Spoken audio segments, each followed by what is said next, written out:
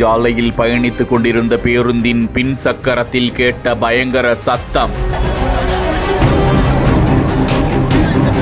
நொடிப்பொழுதில் நடந்த கோர விபத்து.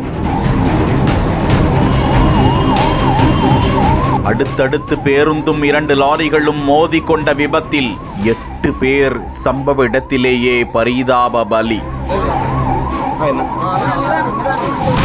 படுகாயமடைந்து அலறி துடித்த 30 உயிர்கள். தம்பித்து போன சாலை.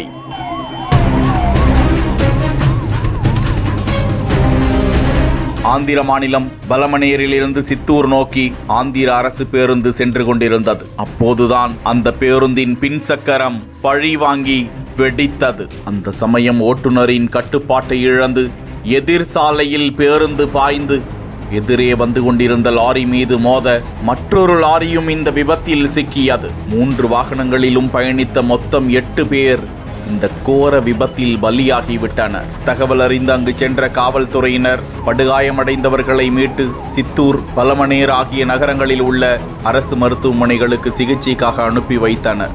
இடிபாடுகளுக்குள் சிக்கியிருந்தவர்களை மீட்பு படையினர் வெகு நேரமாக போராடி மீட்கக்கூடிய காட்சி வெளியாகி பதைக்க செய்கிறது. போற போக்குல சைக்கிளை காதலிச்ச நபர். சைக்கிள் நல்லா இருக்குதே, பூட்டாம நிக்குது, ஆள் நடமாட்டம் வேற இல்ல, கண்ணை உறுத்துதே. இனி நம்மளை கட்டுப்படுத்த முடியாது, ஏறி ஓட்டுடா செவ்வாழ என சைக்கிளை ஆட்டையை போட்டு சென்ற அதிர்ச்சி. காட்டி கொடுத்த மண்டைக்கு மேலே இருந்த கொண்டை.